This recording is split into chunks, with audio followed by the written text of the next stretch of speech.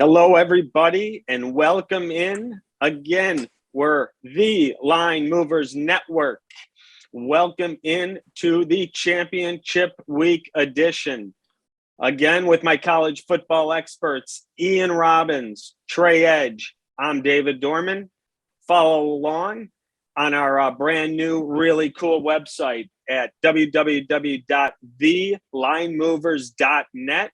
And check out the website. We got some really cool new merchandise up, shirts and hats and some really cool new stuff. And I believe it's discounted for a little for the holidays. So jump on the website, check it out. Really cool stuff.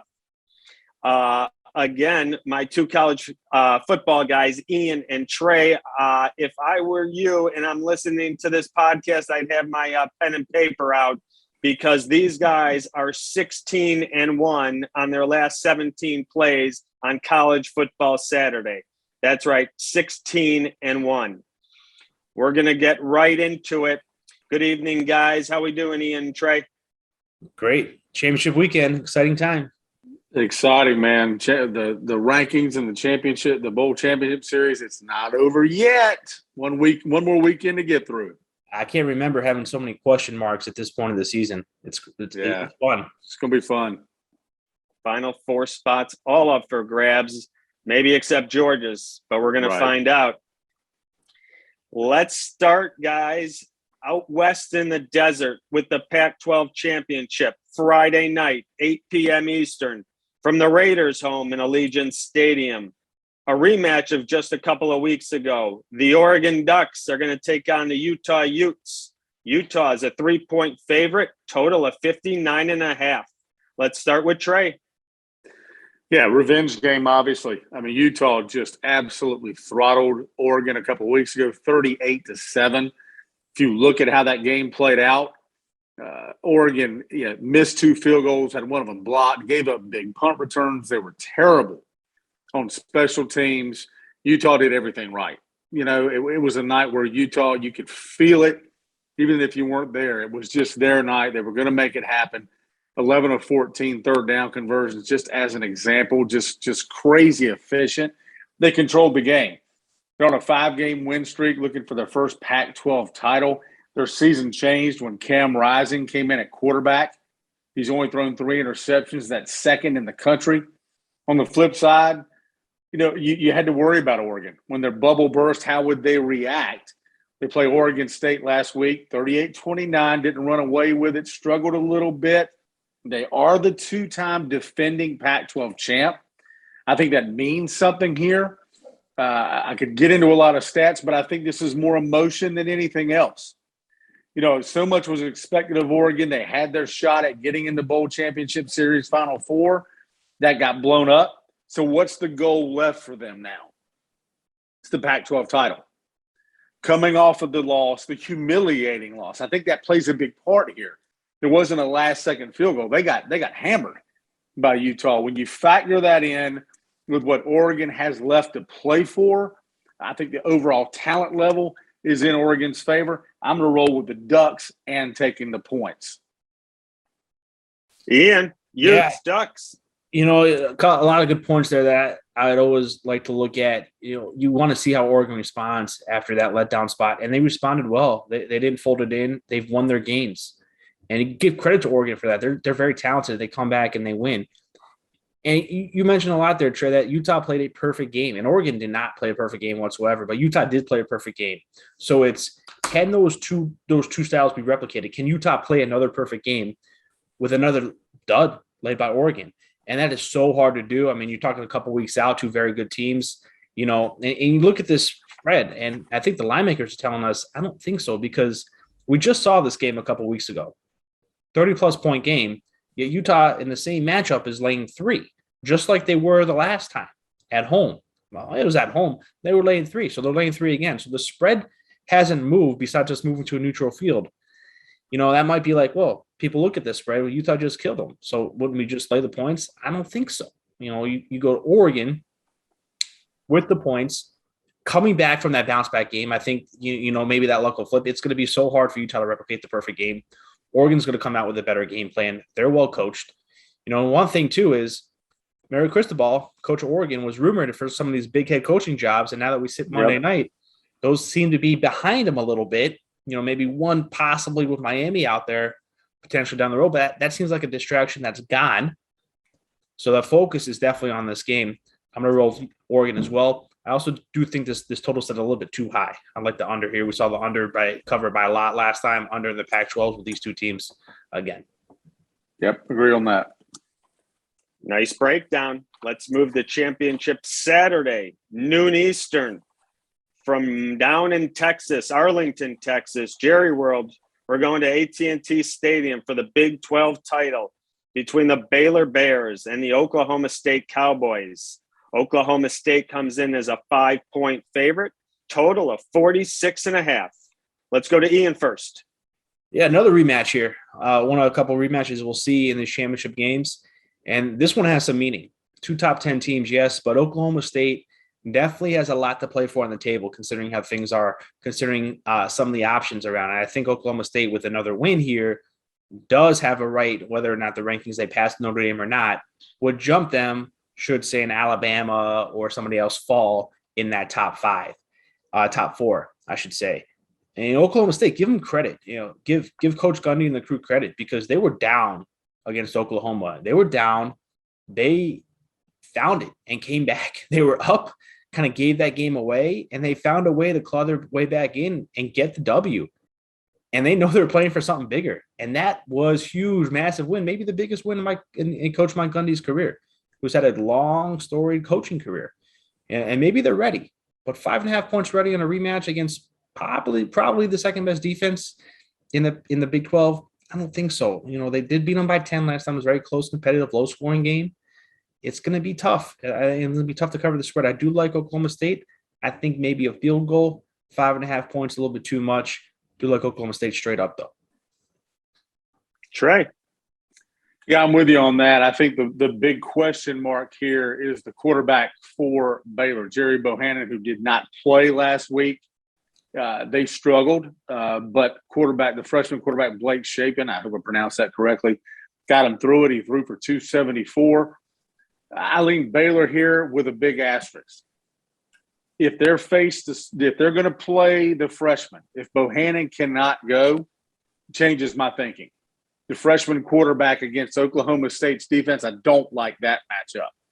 If Bohannon's going, if we get word of that he's going to play, he's listed as day-to-day, I like Baylor. I like how this sets up for them. You go back, they played 24-14 was the win by Oklahoma State earlier this year. Baylor was down 14-0, got back within 17-14. They picked off quarterback Spencer Sanders 3 times in that game. Oklahoma State will turn the ball over. Even if you look at Saturday when they beat Oklahoma, he threw 2 interceptions. They muffed a punt. They fumbled into the end zone for a safety. They will give you chances. That offense is better, I'll grant you, but they do make mistakes. And Baylor, like I said, picked Sanders off 3 times in game 1. I think they've got a formula that they can keep this close. They only give up 19 points a game. Oklahoma State gives up 16. I mean, that's a tight game there. So I lean Baylor here with the points. I just throw it out. Watch that quarterback update as the week goes on. If it turns out that Bohannon cannot go, I don't like Baylor in that matchup, and I would flip it and go to Oklahoma State. Great points. Moving on to the Big Ten Championship from Lucas Oil Stadium in Indianapolis. 8 p.m. at night Eastern Time. Iowa and Michigan, excuse me. Michigan's a 10.5-point favorite coming off the big, huge rivalry win against the Buckeyes. We got a total of 43.5. Michigan, Iowa. Trey, what do you got? Isn't that the story? I mean, we can break this game down any way we want. Michigan having the 10th ranked scoring offense. Iowa, all about defense. Their offense is not good. Let's be real. I mean, they struggle scoring. They're 121st in yards per play. Get this. So the 81st ranked scoring offense. That puts you right between Louisiana Monroe and Northwestern. Just to put that into perspective. That's crazy. They don't score points. However, this is all about how Michigan reacts. finally, clearing that hurdle, finally beating Ohio State. They're set up now to get in possibly into this Final Four. How do they react? They're a run-first ball club. Their offensive line was incredible against Ohio State. Can they do that to one of the best defenses in the country? I think it's it's an obvious letdown spot. They've got a lot to play for. I get that. I don't think it's a situation where Michigan comes out and lays an egg. I think they play well. I just think 11's a lot coming off of that emotional high and how they react, and Iowa's defense being just good enough to cover an 11-point spread. So I think Michigan wins it. I know my man Ian's got some sprinkly dust out there he's getting ready to throw at me, but I'm gonna roll with Iowa getting the points. Michigan to win, but Iowa getting the points. Yeah, he set you up, Ian. you look at the matchup. You look at the game. The letdown spot is obvious. It's going to be talked about. Michigan has everything to play for still on the table. The biggest opportunity they have in a long time, especially coming off a meaningful victory over Ohio State, playing a almost perfect, flawless game, controlling the line of scrimmage, getting after them physically, both sides of the ball, just totally beating up on Ohio State, taking them out of their game. And, everyone was kind of waiting, like, are they going to come back? And then they get out and they're like, no, they're not. Haskins coming out with 5 touchdown runs. Very impressive. But Iowa's built a little bit differently than Ohio State is. And, they've probably been thinking about, Michigan's been thinking about that game for a while. And you come on Iowa and almost the exact opposite of that. The key for Michigan is going to be, can they control the ball? Control the line of scrimmage again and control the ball. They need to protect that football. They cannot afford to give up turnovers. And if those quarterbacks are prone to maybe making a turnover or two, which let Michigan State, who was a run-first heavy team, get back into the game with some turnovers and some mistakes, it's going to spell doom, because that's what Iowa really thrives on. And, it's a big opportunity for Coach Ferentz, too. He hasn't been able to win the Big Ten. And, and he wants to break through as well. And it's a huge matchup, big names, new blood, certainly in the Big Ten, big opportunity. 11 points is way too much. And I just think that number in a game like this, how can you not sprinkle a little money line on Iowa? There it is. How can you not? How can you not? They knew it was coming. Yeah, they certainly have a chance. Defense first team, definitely have a chance. And they're close in the end. They seem to find a way to win these games. They came back last week. Didn't matter who the quarterback was. They came back earlier in the year. Why not sprinkle a little bit? Love it. Love it. Moving on to the SEC at the Mercedes-Benz Dome in downtown Atlanta, Georgia. The home state, Georgia Bulldogs and Alabama. Alabama was fortunate, to say the least, to get by Auburn in Auburn last week. Needed everything in every last second in Auburn to make some mental mistakes. Meanwhile, Georgia absolutely did exactly what they've done all year. They just pound you defensively, and they rolled all over Georgia Tech. Most people feel Georgia can even have a letdown here, and if they lose, they're still safe. Probably right. Georgia, 6.5-point favorites, 50.5 on the total. Ian, what are you thinking? Yeah, this is a matchup we've been circled probably since the beginning of the year. I think Kirby Smart has had this matchup circled since the schedules came out and they saw they weren't on the schedules. Yeah, Georgia's safe. Georgia's in the playoff, no question about it. This will be a lot of Georgia fans around the country in South Bend and in Stillwater, to name a couple for sure, that are going to be hoping that Alabama gets knocked out here. And honestly, I don't know what Alabama has showed me in SEC play to say anything that they could compete. They obviously have talent. They're built inside the trenches, but they didn't show up physically last week against Auburn. They definitely should have lost that game. They were in a scoring match against Arkansas, who Georgia shut out. They struggled with LSU. They lost to Texas A&M in a shootout. Bryce Young did a great job coming back. And, Alabama is very fortunate that Jameson Williams got the targeting call in the first half, so he could play the full game and their best playmaker on the edge. But I think Georgia has been prepping for this game all year, for a couple of years. Kirby Smart, this is the game that they built themselves to win and play. They limit turnovers. They do what they do. They control the ball up front. They make a couple plays here and there. I don't see any way that Georgia's not going to just do anything they can to throttle Alabama. And that this might be the perfect spot. Alabama's an underdog. They have not been an underdog in an SEC game in a long time. This might be the actual buy spot of Nick Saban as an underdog. And you might say, well, Nick Saban's never lost to an assistant, and Kirby Smart, has been with them for a while, knows him. They know each other. They've been close. Georgia's been close. Kirby Smart's been close. I think this is the year that it just breaks it. Georgia has done nothing wrong this year. Nothing to say anything that they are the absolute number one, no doubt. The crazy season, we have 3 spots open and 1 guaranteed, and that's Georgia, where Alabama has been skating by. So are they skating by, and then all of a sudden we're going to see Alabama's perfect game? Maybe. It wouldn't shock anybody. I wouldn't expect it, but we'd be shocked, but it wouldn't be like, oh my God, Alabama just beat Georgia. No, but I think that would be the surprising result. I think the expected result, or the result that we would expect, or I would expect, is Georgia to win by a touchdown or more, and I don't think they're going to take the foot off the gas a little bit. If they get a chance to knock one in, Coach Smart knows what the spread is. Put it that way. And I think Georgia rolls. I think Georgia rolls. I think they take Alabama physically, which is really hard to say considering those things. But I think Alabama just lost a lot of talent last year to the draft. It's really hard to turn around and beat a talented team. I like Georgia with the points. Trey. The thing is, when you think Georgia, first thing that comes to mind is obviously their defense. It's the best defense in the country, and it's not even close. Even this late in the season, conference championship weekend, they're giving up 6.9 points a game. I mean, that's just unheard of. 240 yards a game. They lead in every defensive statistical category there is to look at, just about. Everyone will think that's a story, and you can't doubt it. I would just say this. They also put points up. They average 42 points a game.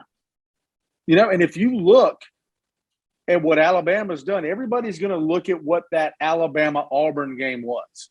So low scoring. Auburn's not good. Let's be real on offense. They're challenged. 21-17 loss to South Carolina the week before. It's not an offensive juggernaut. And if you go back to the Arkansas game, like Ian was talking about, Alabama gave up 35 points to Arkansas. They gave up 468 yards to Arkansas. That means more to me than what happened against Auburn, because that was just a situation where Alabama's defensive front could dominate Auburn's, and it was Alabama's mistakes that really put them in jeopardy, and quite frankly should have lost the ball game. So I look at this and I wonder how many points. Everybody's going to think low scoring because you got the number one defense, and then what Alabama did last week. I'm not so sure, and I don't think that bodes well for Alabama, because I know Georgia's defense is good enough that they're not going to let Alabama put up 35 on them. But I think Georgia can put up 35. I really do. I think they can put 4 to 5 touchdowns up on Alabama. If Arkansas can do it, I promise you Georgia can do it. Stetson Bennett's been good at quarterback. They've got 3 monsters in the backfield. So I'm with Ian in that I think Georgia just has too much. I think their strength on defense is unmeasurable there. I do think Alabama will score some points, because if there's one knock against Georgia, they've only played one top 25 offense as of right now, and that's Tennessee. That's it. So, Alabama has the potential to score, but I like Georgia to cover this. I love it under that touchdown, 6.5. I like it a lot. And I think there's going to be more points. I would watch that total. If it starts dropping, I'd sprinkle a little bit on the over as well. Kind of a contrarian play, because nobody's going to think that. That's very true. I like that take. That's true. Under 50. Yeah. Let's move on to maybe the most controversial of the playoff spots, and that involves the Cincinnati Bearcats. 4 p.m. Eastern, the American Athletic Conference Championship game on the Cincinnati campus at historic Nippert Stadium.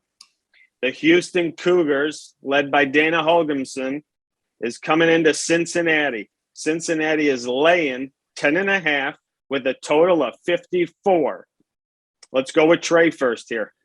Yeah, kind of crazy that this is on their home field. I mean, what a distinct advantage. Everybody else playing neutral fields. This team, Cincinnati, in the playoffs as of right now, getting a home conference championship game is huge. They know the task ahead of them. I'll just point out, it's so hard to go undefeated.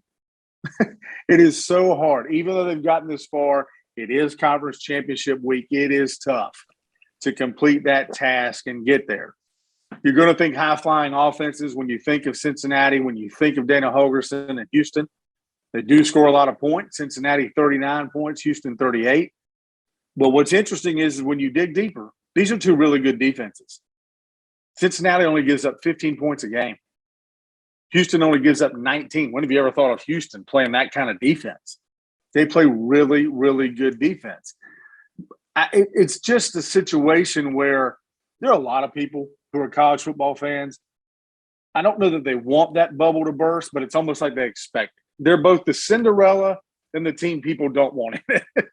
The people who want all the big dogs in it, I personally love the fact that they could get in it. I hope they do. I hope they finish this thing off.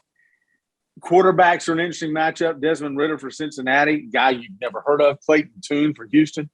Both of them have thrown for 3,000 yards, 127 touchdowns, 126. On paper, it's a really fascinating, more even matchup than you would think. Houston lost their first game to Texas Tech. They ruled off 11 in a row. I mean, and you never talk about it because Cincinnati's in their conference. You never talk about Houston. I just go to the fact that it's a lot of points, that 10.5, 11. I'm actually, even if it's on Cincinnati's home field, conference championship games, I just don't see blowouts. I don't see, well, maybe the Georgia game could get that way, but I don't see it here. And I think Houston, maybe on a backdoor cover, gets it done and covers this spread. Ian. Yeah, it's a great matchup. It's one that we've circled for a while. And with UCF being down in the American this year, these are clearly the two top talented teams. And the top three talented teams are SMU.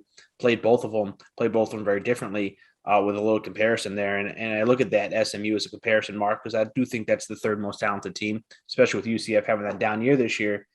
And SMU went toe-to-toe with Houston, put up points against Houston, and that was a high-scoring, high-flying game. SMU did nothing against Cincinnati. Cincinnati took them and just threw them to the side. And, I kind of think that maybe Cincinnati is just a notch above what the rest of the teams are. Usually there's one team, and it has been the UCF in the past, Cincinnati the last couple of years. They've just been a notch above. They have talent. They have NFL talent across the board. They have players who are going to play. They have players who have been there before.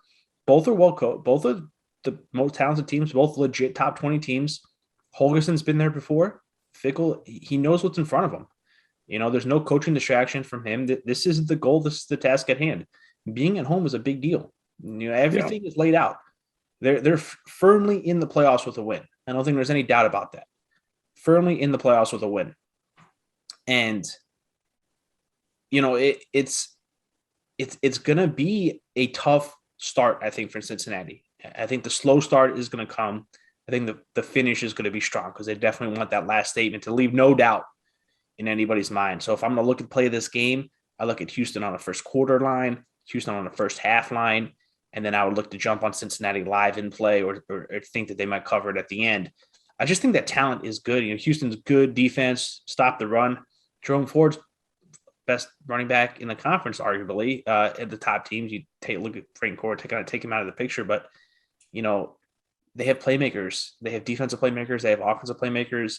I just think Cincinnati's ready. And I think the slow start is going to be there. The home crowd is going to drive them home. And I Houston early, first half, Houston on the line, live in play, Cincinnati coming late with the late statement. Can't argue with that. I like it. Great stuff. That stadium will be electric Saturday. I can't wait to see that atmosphere with the playoff bid on the line. That should be really cool. Before I throw it to my guys for whatever they want to throw, last statement, last thought on championship week or anything they want, I'm going to put them on the spot here quickly. Alabama loses respectably 10, 11, 14. Michigan takes care of business. Cincinnati takes care of business. Does Alabama have a chance to get in the playoffs even with a respectable loss? No. This is it. Alabama's only chances to win. They have not done anything to impress the last couple of weeks. They haven't been blowing out every team. They need to win it in. This is their playoff game. And how could you even argue that Alabama should be in if they have a loss? Like, they've lost their two best teams on their schedule. That doesn't deserve a chance to be in when you got teams like Oklahoma State, who now has multiple weeks in a row facing top teams. You know, the top 10 team Oklahoma last week, top 10 team Baylor this week, and they're still on the outside looking in. Michigan, Ohio State, Iowa's a top 15 team. Cincinnati, they played a ranked SMU. They're playing a top 20 team in Houston. They beat a top 5 team in Notre Dame. How could the argument even be for a case? I think the interesting part is where Notre Dame fits into this. You know, you throw Alabama out the window, and I think Notre Dame is missing an opportunity here. And I think this is where they might get burned. They have the loss. They've beaten everybody else handily. They haven't struggled since early in the season woes, but they're sitting at home this week. You know, I was kind of hoping, part of me is like, they should call up BYU, have an independence championship game, because that'd be another top 20 matchup and have a little bit of taste. But right now they're sitting at home, where Oklahoma State has a chance for a top 10 win. Michigan has a chance for a top 15 win. Cincinnati has a chance for a top 20 win. So where's the argument now for Notre Dame? I think they get passed over. I hope if it was me and all these and chalk happens, what we expect to happen with Michigan, Cincinnati, Oklahoma State, and Alabama losing, that Oklahoma State would get that 4th spot ahead of Notre Dame, and would see Oklahoma State, Cincinnati, Michigan, along with Georgia in the championship round and in the Final Four. It's just interesting nuggets. You know, pressure is going to be there. There's going to be an upset or two. There's going to be discussion, debate. I don't remember it being this wide open though for 3 of the 4 spots. It's pretty wild, pretty fun.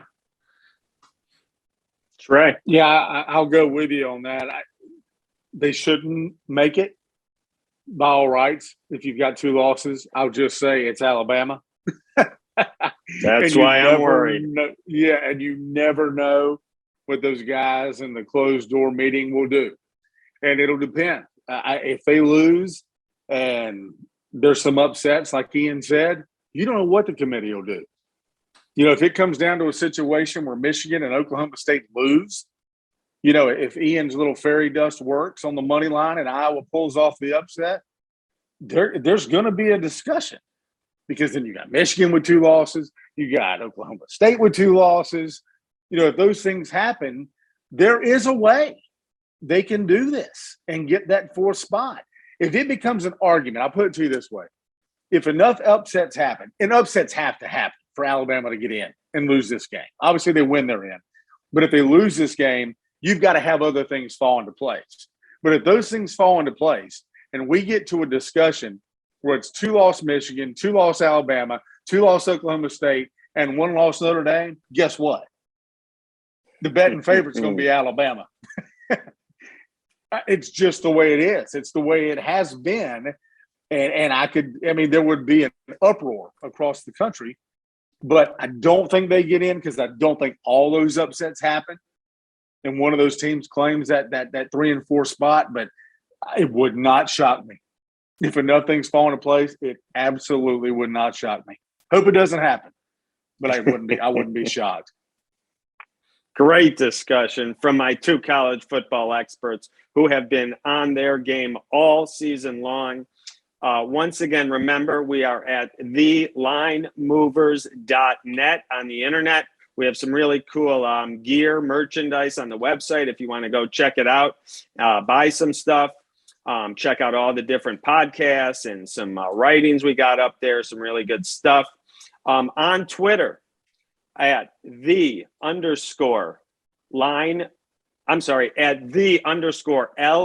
Network. Once again, on Twitter at @the _LM Network for all your sports markets and information. I'm going to throw it to Ian. He's got some information on some really cool contests we're going to have for the Bulls. But remember to check in a couple weeks. Ian, Trey, and I are going to have at least one, probably two bowl breakdowns. We're going to break down all the bowls for you guys. And then we're going to have hopefully going to come back with a college football playoffs edition. So we hope to break down the Final Four for you. So check out the website. We'll have all the information there. Check out our Twitter. Again, for Trey Edge, for Ian Robbins, I am David Dorman. This is the Line Movers Network. I'm going to throw it to Ian and tell us about the contest. Yeah, so really cool. We're going to have a bowl contest challenge, picking each game against the spread. And that's going to be just a contest run online. Pick every game against the spread. Top winner, top picks gets the prize. There'll be no entry fee or anything like that. We're going to run it for subscribers. A little special gift for subscribers only. There'll be cash prize. There'll be, I don't know, cash prizes. There'll be prizes, very nice prizes, I will say, that'll be coming around. Again, no entry fee. This is a goal head-to-head against us, against fellow subscribers. Come out, nice little bowl against the spread. Pick 'em contest and see how we do. Have some fun during the bowl season. Should be fun. Yeah, it'll be great. Again, thank you guys. You have been absolutely awesome all year. Trey, Ian, I can't thank you enough for answering all my questions, giving us some great insight, giving us all the great picks. For Trey Edge, for Ian Robbins, I'm David Dorman. We are the Line Movers Network. Take care and good luck.